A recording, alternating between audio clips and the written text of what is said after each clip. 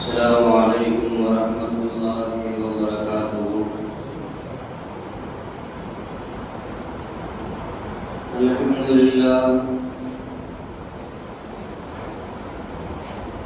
لله رب العالمين، والصلاة والسلام على سيدنا محمد صلى الله عليه وسلم وآله وصحبه أجمعين. أما بعد، فأعوذ بالله من الشيطان الرجيم. بسم الله الرحمن الرحيم. فإن مع العسر يسرا إن مع العسر يسرا. صدق الله مولانا العظيم.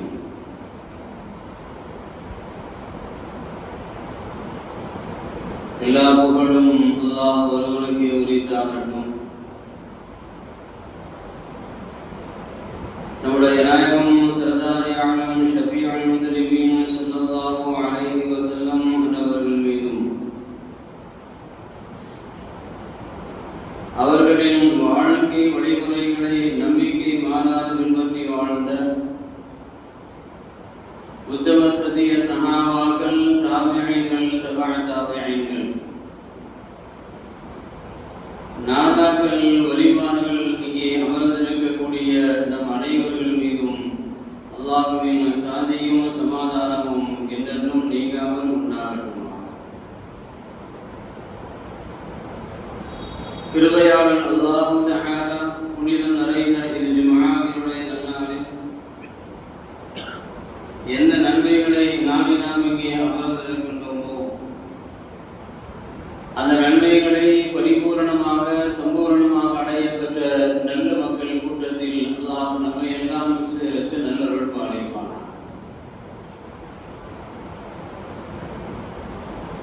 கண்ணியத்திற்குரிய அல்லாஹ்வின் நல்லடியார்களே,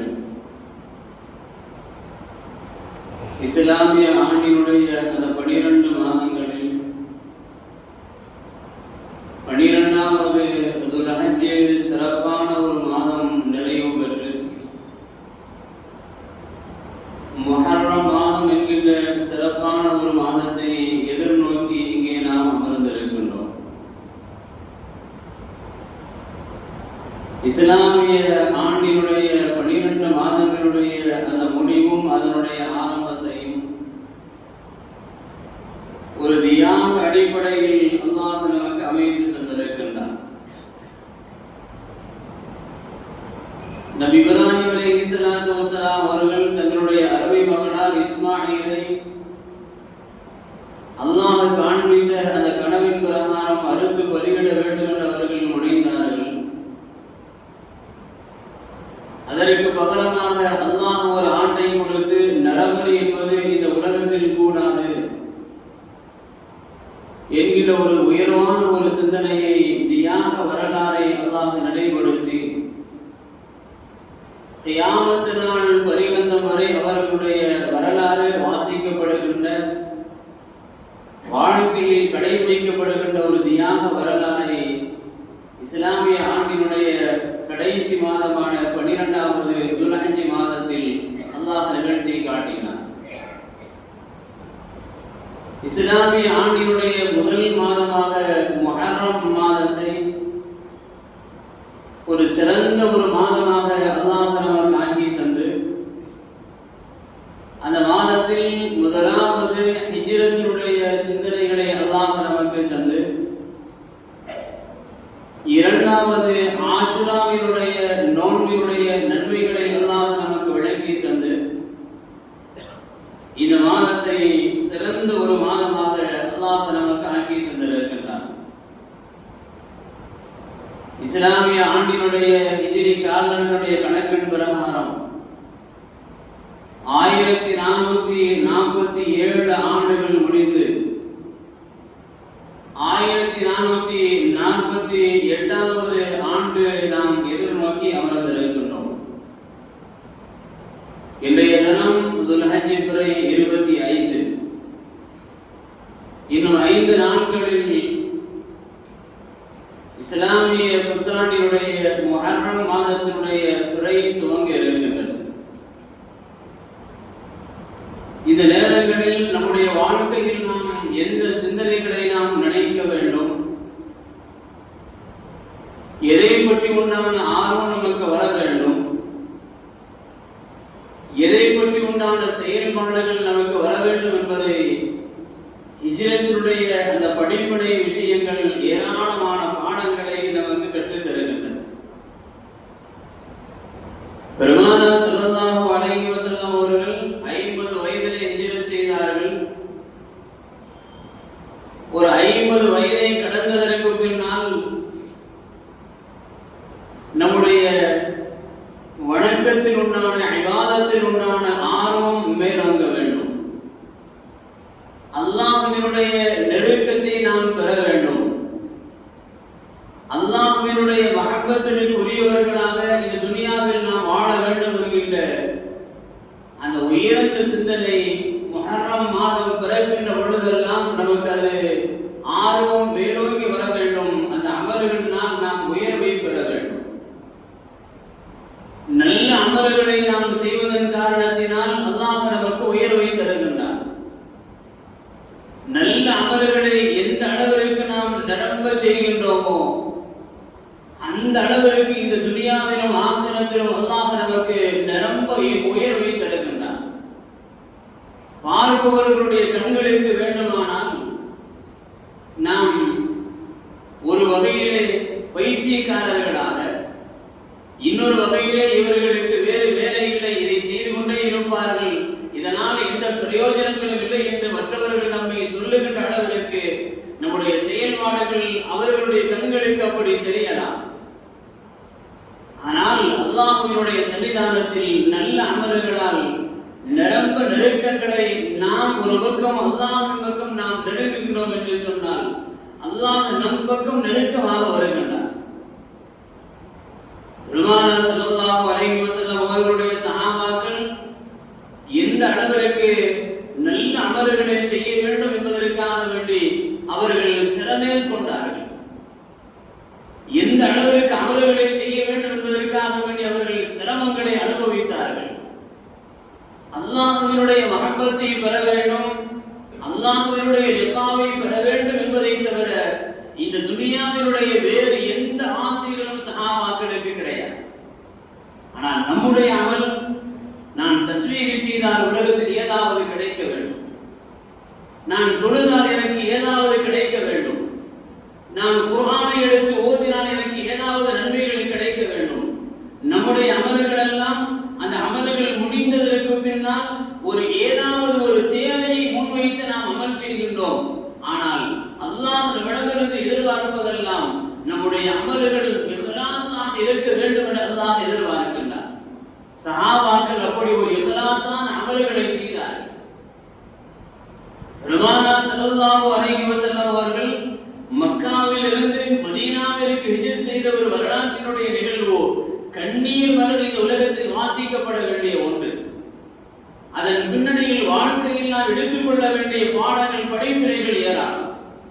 அல்லாஹ் குர்ஆனிலே சொல்லுவான், وَمَن يَخْرُجْ مِنْ بَيْتِهِ مُهَاجِرًا إِلَى اللَّهِ وَرَسُولِهِ فَقَدْ وَقَعَ يُدْرِكُهُ الْمَوْتُ فَقَدْ وَقَعَ أَجْرُهُ عَلَى اللَّهِ. அல்லாஹ்விற்காக வேண்டி, அல்லாஹ்வுடைய ரசூலுக்காக வேண்டி யார் தங்களுடைய இல்லத்திலிருந்து புறப்பட்டு ஹிஜ்ரத் செய்கின்றார்களோ அந்த வழியில் அவர்கள் மரணத்தை சந்திப்பார்களேயானால் அல்லாஹ்வினுடைய நிரப்பமான நற்கூலி அவர்களுக்கு உண்டு என்று அல்லாஹ் ஆயத்தை இறக்கினார். இது ஆயத் இறக்கப்படுவதற்கான காரணத்தை விரிவுரையாளர்கள் நமக்கு எடுத்து சொல்லித் தருகின்ற பொழுது, நபி அவர்கள் ஹிஜ்ரத் செய்கின்றார்கள், நாமும் ஹிஜ்ரத் செய்ய வேண்டும் என்று ஏராளமான சஹாபாக்கள் ஆசைப்பட்டார்கள். ஆசைப்பட்டதனுடைய பின்னணியில் மக்காவில் இருந்து மதீனாவிற்கு இடம்பெயர்ந்து ஏராளமான சஹாபாக்கள் வந்தார்கள். கண்ணீர் மல்க வாசிக்க வேண்டிய ஒரு வரலாறு. ஒரு முதியவர் நபி அவர்கள் ஹிஜ்ரத் செய்கின்றார்கள், நானும் ஹிஜ்ரத் செய்ய வேண்டும். நபி அவர்களுடைய ஹிஜ்ரத்தோடு என்னுடைய பயணமும் அமைந்திருக்க வேண்டும். ஆதலால் என்னை ஒரு கட்டிலில் தூக்கி வைத்து நீங்கள் மதீனாவை நோக்கி என்னை சுமந்து செல்லுங்கள் என்று அந்த சஹாபிய தோழர் சொன்னார். அவர்களுடைய தோழர்கள் எல்லாம் அவர்களை ஒரு கொண்டு அவர்களை மதீனாவை நோக்கி பயணப்பட்டார்கள். இடையிலே மரணம் அடைந்து விடுகின்றார்கள் அந்த முதியவர் சஹாபி. சஹாபாக்கள் எல்லாம் பேசிக்கொண்டார்கள், இவ்வளவு வயதான ஒரு காலத்தில் இவர் புறப்பட்டு வந்தாரே, வந்த அந்த நேரத்தில் மோத்தி இவர் சந்தித்து விட்டாரே, நல்ல அமல்கள் செய்கின்ற பொழுது இந்த துனியாவில் நாவுகள் ஏராளமாக பேசும். நல்ல அமல்களின் பின்னணியில் ஏதாவது சிரமங்கள் ஏற்பட்டு விட்டால் அதை நாவு கூசாமல் இந்த உலகத்தில் பேசுபவர்கள் ஏராளம். இந்த முதிய ஒரு சஹாபி நபி அவர்கள் ஹிஜ்ரத் செய்தார்கள், நானும் ஹிஜ்ரத் செய்ய வேண்டும் என்று புறப்பட்டார்கள். தங்களுடைய தோழர்களை என்னை கட்டிலில் தூக்கி வைத்து சுமந்து செல்லுங்கள் என்றார்கள். சுமந்து சென்றார்கள், வழியிலே மரணம் அடைந்து விட்டார்கள். சஹாபாக்கள் ஒருவருக்கொருவர் ஒவ்வொரு விஷயமாக பேசிக்கொண்டே வந்தார்கள். மேலே வாசித்த அந்த ஆயத்தை அல்லாஹ் இறக்கினார். وَمَن يَخْرُجْ مِنْ بَيْتِهِ مُهَاجِرًا إِلَى اللَّهِ وَرَسُولِهِ فَقَدْ يُدْرِكُهُ الْمَوْتُ فَقَدْ وَقَعَ أَجْرُهُ عَلَى اللَّهِ. அல்லாஹ்வினுடைய திருப்பொருத்தத்தை நாடி, ரசூலுடைய திருப்பொருத்தத்தை மஹப்பத்தை நாடி யார் தங்களுடைய இல்லத்திலிருந்து அல்லாஹ்வினுடைய பாதையில் ஹிஜ்ரத் புறப்பட்டு சென்று அதனுடைய வழியில் யார் மரணத்தை சந்திக்கின்றார்களோ அவர்களுக்கும் நான் நற்கூலி அல்லாஹ்விடத்தில் நிரப்பமாக இருக்கின்றது என்று அல்லாஹ் ஆயத்தை இறக்கினான். சஹாபாக்கள் எல்லாம் பயந்து போனார்கள். இந்த ஹிஜ்ரத்தினுடைய பயணத்திற்கு அல்லாஹ் தஆலா ஆயத்தை இறக்கி தந்து இவ்வளவு பெரிய ஒரு நன்மைகளை அல்லாஹ் வைத்திருக்கின்றானா, இந்த சஹாபாக்கள் எல்லாம் பயந்து போகின்ற அளவிற்கு அல்லாஹ் ஆயத்தை இறக்கி தந்து அந்த ஹிஜ்ரத்தினுடைய ஒரு மஹப்பத்தை அல்லாஹ் எடுத்து சொன்னான். இந்த துனியாவில் அல்லாஹ் நமக்கு செய்திருக்கின்ற மிகப்பெரிய ஒரு நிஅமத், இந்த கலிமாவை நாம் சுமப்பதற்காக வேண்டி எந்த கஷ்டங்களையும் நாம் படவில்லை. அல்லாஹ் நம்மை முஃமின்களாக பிறக்க வைத்தான். அல்லாஹ் நம்மை முஸ்லிம்களாக வாழ வைத்திருக்கின்றான். இந்த துனியாவில் முஸ்லிம்களாக முஃமின்களாக இந்த உலகத்தில் அல்லாஹ் நமக்கு மரணிக்கின்ற பாக்கியத்தை தர வேண்டும். அந்த அல்லாஹ்விற்கு நாம் அதிகம் நன்றி செலுத்த கடமைப்பட்டிருக்கின்றோம். சஹாபாக்கள் பட்ட அந்த கஷ்டங்கள், சஹாபாக்கள் பட்ட அந்த சிரமங்கள் அல்லாஹ் குர்ஆனில் சொல்லுவாரே, ஃபைன்ன மஅல் உஸ்ரி யுஸ்ரா, ஒவ்வொரு கஷ்டத்திற்கு பின்னாலும் அல்லாஹ் மிகுந்த மகிழ்ச்சியை இன்பத்தை அல்லாஹ் இந்த துனியாவில் தருகின்றான் என்று அலம் நஷ்ரஹ் சூராவில் அல்லாஹ் சொல்லுகின்றானே. அந்த தினமும் நாம் அந்த சூராவை ஓதிக் கொண்டிருக்கின்றோமே, அதிலிருந்து நாம் பெறுகின்ற படிப்பினைகள் என்ன? ஒரு 2 ரக்அத் தொழுகையை நாம் தொழுவதற்கு, அதிகாலையினுடைய சுபஹினுடைய நேரத்தில் நாம் தொழுவதற்கு எவ்வளவு சிரமங்களை நாம் எடுக்கின்றோம். ஒருவேளை முந்திய நாள் நாம் ஏதாவது வேலையிலோ அல்லது ஏதாவது பிரயாணத்திலோ அல்லது ஏதாவது ஒரு கஷ்டத்திலோ நோயிலோ நாம் இருந்து அன்றைய மறுநாள் காலையினுடைய அந்த சுபஹ் நேரத்தினுடைய தொழுகையை நாம் தொழுவதற்கு எவ்வளவு சிரமங்களை நாம் எடுக்கின்றோம். அந்த ஒவ்வொரு சிரமத்திற்கும் அல்லாஹ் நமக்கு நன்மைகளை எழுதுகிறார். 7 மணிக்கு நாம் எழுந்து பார்த்துக் கொள்ளலாம் என்று நாம் அந்த நேரத்தை நாம் கடத்தி விட்டோம் என்று சொன்னால் கிடைக்கக்கூடிய அந்த நன்மைகளை நாம் இழந்து விடுகிறோம். அதனால் கிடைக்கப்பெற வேண்டிய அந்த நன்மைகளை நாம் இழந்து விடுகிறோம். ஹஜ்ரத் அம்மார் இப்னு யாசிர் ரலியல்லாஹு அன்ஹு சஹாபாக்கள் இந்த கலிமாவை தங்களுடைய நெஞ்சத்தில் சுமப்பதற்கு அவ்வளவு சிரமங்களை எடுத்தார்கள், அவ்வளவு சிரமங்களை பெற்றார்கள், சகித்துக் கொண்டார்கள்.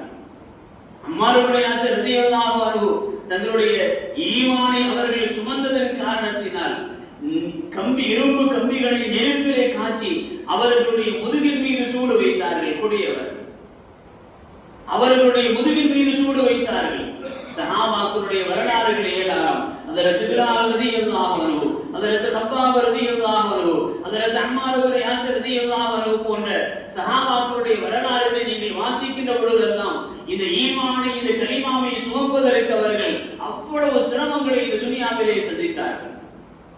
அம்மார் இப்னு யாசிர் ரலியல்லாஹு அன்ஹு கலிமாவை சொன்னதற்காக வேண்டி லா இலாஹ இல்லல்லாஹ் முஹம்மது ரசூலுல்லாஹ் என்கிற அந்த கலிமாவை சொன்னதற்காக வேண்டி இரும்பு கம்பியை நெருப்பிலே படுக்க காய்ச்சி அவர்களுடைய முதுகின் மீது இழுத்தார்கள். யா ரசூலல்லாஹ், இந்த சிரமத்தை நான் தாங்கிக் கொள்ள முடியவில்லை என்று சொன்ன பொழுது கண்மணி நாயகம் ஸல்லல்லாஹு அலைஹி வஸல்லம் அவர்கள் அந்த நேரத்தில் அல்லாஹ்விடத்திலே துஆ செய்தார்கள். அல்லாஹும்ம கூனி பர்தம் வ ஸலாமன் அலா அம்மார், யா அல்லாஹ், அம்மாருக்கு நீ உன்னுடைய குளிர்ச்சியை தருவாயாக, அவர்களுக்கு நீ சலாமத்தை மகிழ்ச்சியை தருவாயாக என்று சொல்லிவிட்டு அடுத்து சொன்னார்கள், கமா குன்த பர்தன் ஸலாமன் அலா இப்ராஹிம், உன்னுடைய நபி இப்ராஹிம் அலைஹிஸ்ஸலாத்து வஸலாம் அவர்களை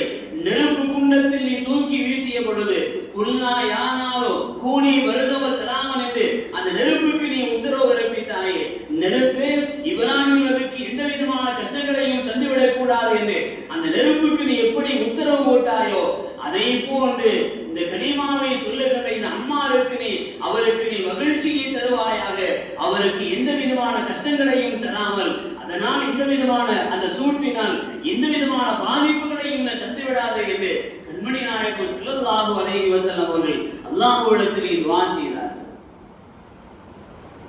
வரலாறுகள் மாறுகின்றது. சஹாபாக்கள் பிச்சாண்டிகளாக இருந்த சஹாபாக்கள் எல்லாம் இந்த உலகத்தில் மிகப்பெரிய லட்சாதிபதிகளாக மாறினார், லட்சாதிபதிகளாக மாறினார்கள்.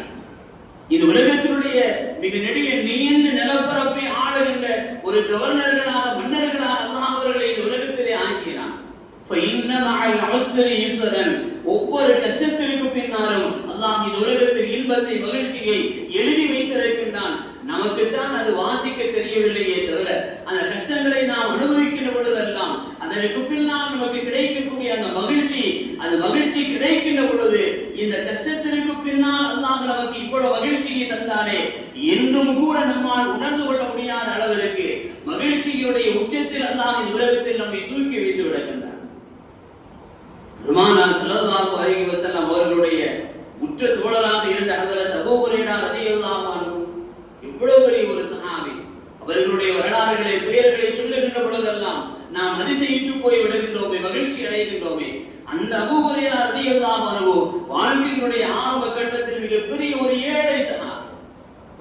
ஏழை சஹாபி என்று சொன்னால் சொல்ல முடியாத ஏழை சஹாபி. ஆனால் வாழ்க்கையினுடைய கடைசி கட்டத்தில் அவர்களுக்கு அல்லாஹ் எப்படிப்பட்ட உயர்வை கொடுத்தான்னு தெரியுமா? தங்களுடைய முகத்தை துடைப்பதற்கு அவர்கள் பயன்படுத்திய துண்டு மிக விலை உயர்ந்த பட்டினால் செய்யப்பட்ட ஒரு துண்டு. முகத்தை துடைப்பதற்கு அவர்கள் பயன்படுத்திய அந்த துண்டு இருக்கின்றது மிக விலை உயர்ந்த பட்டினால் செய்யப்பட்ட துண்டு. அவர்கள் உடுத்திருக்கின்ற ஆடையினுடைய கணக்கு வேறு. அல்லாஹ் அந்த அளவிற்கு உயர்வை கொடுத்தான். ஒவ்வொரு கஷ்டத்திற்கு பின்னாலும் அல்லாஹ் இந்த உலகத்தில் மகிழ்ச்சியை அல்லாஹ் அதனை மறைத்து வைத்திருக்கின்றார். வாழ்க்கையினுடைய கடை கட்டங்களில் வயதுகளை நாம் கடந்து வருகின்றோம். 1447 முடிந்து 1448 துவங்குகின்றது. இந்த வாழ்க்கையின் ஆண்டினுடைய ஒவ்வொரு முன்னேற்றத்தினுடைய அந்த காலங்களில் நம்முடைய சிந்தனைகள் நல்ல அமல்களால் நாம் அதிகம் செய்து உயர்வடைய வேண்டும் என்கின்ற அந்த ஆர்வம் நமக்கு மேலோங்கி வர வேண்டும். 40 கடந்து விட்டோம், 30 கடந்து விட்டோம், 20 கடந்து விட்டோம், 50 கடந்து விட்டோம், 60 கடந்து விட்டோம், 70 தாண்டி இன்னைக்கு 74 75 வயதுகள் ஆகுகின்றன என்று மற்றவர்களுக்கு முன்னால் நாம் மிகப்பெரிய ஒரு மகிழ்ச்சியாக அதை ஒரு சந்தோஷமாக இந்த உலகத்தில் நாம் பேசுகின்ற பொழுது நம்முடைய உள்ளத்தில் உள்ளார்ந்த ஒரு சிந்தனை வேண்டும். எனக்கு 74 வயது, எனக்கு 70 வயது, எனக்கு 60 வயது, இந்த நேரத்தில் நான் அல்லாஹ்விடத்தில் எப்படிப்பட்ட தரஜாவில் நான் இருக்கின்றேன். இந்த நேரத்தில் இந்த நிமிடத்தில் நான் அல்லாஹ்வினுடைய சன்னிதானத்தில் எப்படிப்பட்ட ஒரு தரஜாவில் நான் எப்படி இருந்து கொண்டிருக்கின்றேன் என்கின்ற அந்த சிந்தனையை ஒரு பக்கம் நாம் தூக்கி நிறுத்தி நாம் ஆழமாக மனதளவில் நாம் சிந்தித்து பார்க்க கடமைப்பட்டிருக்கின்றோம். வாழ்க்கையினுடைய காலங்களில் குர்ஆன் ஓதாமல் இருந்த நேரங்கள் எத்தனை? வாழ்க்கையினுடைய காலங்களில் 5 கால தொழுகைகளை நிறைவேற்றாமல் இருந்த நேரங்கள் எத்தனை? என்னுடைய வாழ்க்கையில் 5 கால தொழுகையை நிறைவேற்றாமல் எத்தனை நேரத்துடைய தொழுகைகள் கமாவாக அது நிறைவேற்றப்படாமல் இருந்து கொண்டிருக்கின்றன. வாழ்க்கையினுடைய நேரங்களில் என்னுடைய பெற்றோர்களுக்கு நான் செய்ய வேண்டிய கடமைகளை மிக சரியாக நான் செய்திருக்கின்றேனா? வாழ்க்கையினுடைய நேரங்களில் என்னுடைய குழந்தைகளுக்கு, செல்வ குழந்தைகளுக்கு நான் செய்ய வேண்டிய அந்த கடமைகளை மிக சரியாக நான் செய்திருக்கின்றேனா? ஒவ்வொரு நிலைகளிலும் நாம் இந்த உலகத்தில் சிந்தித்து பார்க்கின்ற பொழுது அல்லாஹ்வினுடைய சன்னிதானத்தில் இது போன்ற ஆண்டினுடைய கடைசியினுடைய அந்த நேரங்களில், ஆண்டினுடைய துவக்கமான அந்த நேரங்களில் அடுத்த ஆண்டு என்னால் முன்னின்ற அளவிற்கு இந்த ஆண்டு செய்யாத நன்மையான காரியங்களை இதோ ஹிஜ்ரி புத்தாண்டு பிறக்கின்ற அந்த நேரத்தில் நான் நல்ல அமல்களை நிரம்ப செய்வேன் என்று சொல்லுகின்ற பொழுது அதை விட புத்தாண்டினுடைய மகிழ்ச்சி வேறு எதையும் அல்லாஹ் நம்மிடமிருந்து எதிர்பார்க்கவில்லை. அல்லாஹ் அதைத்தான் எதிர்பார்க்க. ஒரு நன்மையான ஒரு அமலை நாம் செய்கின்ற பொழுது அல்லாஹ் நமக்கு நிரந்த கூலிகளை தருகின்றான். ஒரு தீமையான அமல்களை செய்கின்ற பொழுது அதனால் அல்லாஹ் நமக்கு பாதிப்புகளையும் அல்லாஹ் நமக்கு தருகின்றான். ஹஜ்ரத் அப்துல்லாஹ் இப்னு அப்பாஸ் ரலியல்லாஹு அன்ஹு அவர்கள் நமக்கு அறிவித்து சொல்லுவார்கள், நீங்கள் ஒரு நன்மையான ஒரு காரியத்தை செய்கின்ற பொழுது அல்லாஹ் உங்களுக்கு 5 விதமான உயர்வை தருகின்றான். நன்மையான காரியத்தை நீங்கள் செய்கின்ற பொழுது அல்லாஹ் உங்களுக்கு 5 விதமான உயர்வை தருகின்றார். அதே நேரத்தில் ஒரு தீமையை நீங்கள் செய்கின்ற பொழுது 5 விதமான பாதிப்புகளை அல்லாஹ் உங்களுக்கு தருகின்றார். ஹஜ்ரத் அப்துல்லாஹ் இப்னு அப்பாஸ் ரலியல்லாஹு அன்ஹு சொல்லுகின்ற ஒரு ஹதீஸ், ஒரு ஹிஜ்ரி புத்தாண்டினுடைய துவக்கத்தினுடைய அந்த நேரத்தில் நம்முடைய உள்ளத்தில் நாம் நிலைநிறுத்த வேண்டிய மிக முக்கியமான விஷயம், வாழ்க்கையினுடைய இனி வரக்கூடிய அந்த வாழ்க்கையினுடைய காலங்களில் நல்ல அமல்கள் நாம் அதிகம் செய்து நான் உயர்வை பெற்றுக்கொண்டே வருவேன் என்கின்ற அந்த உயர்ந்த சிந்தனை நமக்கு மேலோங்க வேண்டும். நீங்கள் நல்ல அமல்களை நீங்கள் செய்வீர்களே ஆனால் உங்களுடைய உள்ளத்தில் அல்லாஹ் இதயத்தில் ஒளியை அல்லாஹ் தருகின்றார். ஒரு நல்ல அமலை செய்கின்ற பொழுது உங்களுடைய இதயத்தில் அல்லாஹ் உங்களுக்கு ஒளியை தருகின்றான். இரண்டாவது, உங்களுடைய முகத்தில் அழகை அல்லாஹ் தருகின்றான். மூன்றாவது, உங்களுடைய உடலில் அல்லாஹ் உங்களுக்கு உறுதியை தருகின்றான். நான்காவது, உங்களுடைய உணவில் ரிஸ்கில் அல்லாஹ் உங்களுக்கு அபிவிருத்தியை தருகின்றான். ஐந்தாவது, மக்களுடைய இதயங்களில் உங்களுக்கு அல்லாஹ் அன்பை ஏற்படுத்துகின்றான். யதார்த்தமான விஷயம், யதார்த்தமான ஒரு செய்தி. ஒரு நல்ல அமலை நாம் செய்கின்ற பொழுது அல்லாஹ் நமக்கு எப்படிப்பட்ட உயர்வை தருகின்றான். நம்முடைய இதயத்தில் அல்லாஹ் ஒளியை தருகின்றான். நம்முடைய முகத்தில் அல்லாஹ் நமக்கு ஒளியை தருகின்றான். நம்முடைய உடலில் அல்லாஹ் நமக்கு உறுதியை தருகின்றான். நம்முடைய உணவில் அல்லாஹ் நமக்கு ரிஸ்கினுடைய அபிவிருத்தியை தருகின்றான். மக்களுடைய உள்ளங்களில் நம்மை பற்றி உண்டான அன்பை அல்லாஹ் அதிகப்படுத்தி தருகின்றான். நம்மை பார்க்கின்ற பொழுதெல்லாம் மகிழ்ச்சியோடு பார்ப்பார். உன்னிடத்தில் சலாம் சொல்லுகின்ற பாக்கியம் கிடைக்காதா? இவனுக்கு பக்கத்திலே அமரக்கூடிய பாக்கியம் கிடைக்காதா? இன்றைக்கு பாவிகளுக்கு மத்தியில் அமர்வதை மகிழ்ச்சியாக நினைக்கின்ற ஒரு காலத்தில் நாம் வாழ்ந்து கொண்டிருக்கின்றோம். அந்த சிந்தனைகள் மாற வேண்டும். அதிலிருந்து நாம் மாறி வர வேண்டும். நல்ல அமல்கள் யார் செய்கின்றார்களோ அவர்களோடு நம்முடைய தொடர்பை நாம் அதிகப்படுத்திக் கொள்ள வேண்டும். ஒரு அமலை செய்தால் இந்த 5 விதமான நன்மைகளை அல்லாஹ் நமக்கு தருகின்றார். ஒரு தீமையை செய்தால், ஒரு பாவத்தை செய்தால் அல்லாஹ் நமக்கு எப்படி தருகின்றான்? அதே இதயத்தில் இருளை அல்லாஹ் ஏற்படுத்துகின்றான். அதே முகத்தில் அல்லாஹ் நமக்கு விகாரமான ஒரு தன்மையை தருகின்றான். பார்ப்பவர்கள் நம்மை மீண்டும் பார்க்க வேண்டும் என்று ஆசைப்பட மாட்டார். அதே வகையிலே நம்முடைய உடலில் அல்லாஹ் நமக்கு தளர்ச்சியை ஏற்படுத்தி விடுகின்றான். அதே வகையில் நம்முடைய உணவில் ரிஸ்கில் அல்லாஹ் சுருக்கத்தை, குறைவை அல்லாஹ் ஏற்படுத்தி விடுகின்றான். மக்களுடைய உள்ளத்தில் நம்மை பற்றி உண்டான வெறுப்பை அல்லாஹ் அதிகப்படுத்தி விடுகின்றார். ஹஜ்ரத் இப்னு அப்பாஸ் ரலியல்லாஹு அன்ஹு அவர்கள் சொல்லுகின்ற ஒரு இந்த செய்தி, ஹிஜ்ரியுடைய புத்தாண்டினுடைய துவக்க இந்த நேரத்தில் நம்முடைய உள்ளத்தில் ஆழமாக நாம் நிறுத்தி வைத்து, நான் ஒரு நல்ல அமல் செய்தால் அல்லாஹ் எனக்கு இந்த 5 நன்மைகளை அல்லாஹ் எனக்கு தருகின்றார். நான் ஒரு தீமை செய்தால் இந்த 5 விதமான பாதிப்புகளை அல்லாஹ் எனக்கு தருகின்றான் என்கின்ற அந்த உயர்வான சிந்தனையை நம்முடைய உள்ளத்தில் நாம் நிறுத்தி, கடந்த காலங்களில் நாம் செய்த பாவமான செயல்களை எல்லாம் விட்டு நாம் ஒதுக்க வேண்டும். கடந்த காலங்களில் நம்முடைய வாழ்க்கையில் ஏற்பட்டுவிட்ட எல்லா தவறுகளையும் நாம் மன்னித்து விட வேண்டும். கடந்த காலங்களில் நம்முடைய வாழ்க்கையில் அல்லாஹ் விரும்பாத ஏதாவது நேரங்கள் இருக்குமேயானால் அவைகளை எல்லாம் மறைத்து நன்மைகளால் எதிர்வரக்கூடிய அந்த காலங்களை நன்மைகளால் நம்முடைய வாழ்க்கையினுடைய அனைத்து நிலைகளிலும் நாம் நிரப்பி நிற்க வேண்டும். கடந்த காலத்தில் நான் சுபஹினுடைய சுன்னத்தை தொடவில்லை, இனி வரக்கூடிய அந்த அடுத்த ஆண்டில் சுபஹினுடைய சுன்னத்தை நான் தொடுவேன் என்கின்ற அந்த உறுதிமொழியை ஒவ்வொரு விஷயங்களின் மூலமாக நாம் எடுக்க வேண்டும். எந்தெந்த நன்மைகள் எல்லாம் செய்யாமல் விட்டு விட்டோமோ, எந்தெந்த நன்மைகளை எல்லாம் செய்யாமல் நாம் இருக்கின்றோமோ, அந்தந்த நன்மைகளை எல்லாம் வரக்கூடிய இந்த ஆண்டில் நான் செய்வேன் என்கின்ற அந்த உறுதிமொழியை நாம் எடுக்கின்ற பொழுது அந்த புத்தாண்டினுடைய மகிழ்ச்சியை போன்று வேறு எந்த மகிழ்ச்சியும் அல்லாஹ் நம்மிடமிருந்து எதிர்பார்க்கவில்லை என்பதை நாம் கவனத்தில் கொள்ள வேண்டும். பெருமானார் ஸல்லல்லாஹு அலைஹி வஸல்லம் அவர்கள் சொல்லுகின்ற ஒரு ஹதீஸை ஹஜ்ரத் பெரும் ராவிகள் சஹாபாக்கள் நமக்கு அறிவித்து தருவார்கள். அல்லாஹ் உங்களுக்கு தந்திருக்கின்ற 5 விஷயங்களை நீங்கள் பயன்படுத்திக் கொள்ளுங்கள். அந்த 5 போய்விட்டால் நீங்கள் எந்த நன்மைகளையும் இந்த துனியாவிலே செய்ய முடியாது. நபி அவர்கள் சொல்லுவார்கள், யக்தனிமு ஹம்ஸன் கபல ஹம்ஸின், 5 விஷயங்கள் வருவதற்கு முன்னால் அந்த 5 விஷயங்களை அபரிமிதமான நிஅமத்துகளாக நீங்கள் பெற்றுக் கொள்ளுங்கள், எடுத்துக் கொள்ளுங்கள். முதலாவது, உங்களுடைய வாலிபத்தை வயோதிகம் வருவதற்கு முன்னால் நன்மைகள் அதை நீங்கள் பயன்படுத்திக் கொள்ளுங்கள். உங்களுடைய வாலிபத்தை வயோதிகம் வருவதற்கு முன்னால் நன்மைகளை கொண்டு நீங்கள் பயன்படுத்திக் கொள்ளுங்கள்.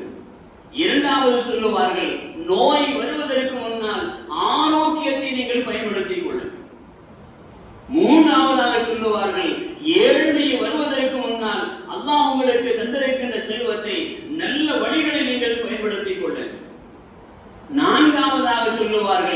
மரணம் வருவதற்கு முன்னால் ஹயாத்தை நீங்கள் பயன்படுத்திக் கொள்ளுங்கள். அந்த மரணம் வந்து விட்டால் எந்த நல்ல அமல்களையும் செய்ய முடியாது. நம்முடைய வாரிசுகள் ஏதாவது நமக்கு நன்மைகளை சேர்த்தாரே தவிர, மரணம் வருவதற்கு முன்னால் உங்களுடைய ஹயாத்தை நீங்கள் பயன்படுத்திக் கொள்ளுங்கள்.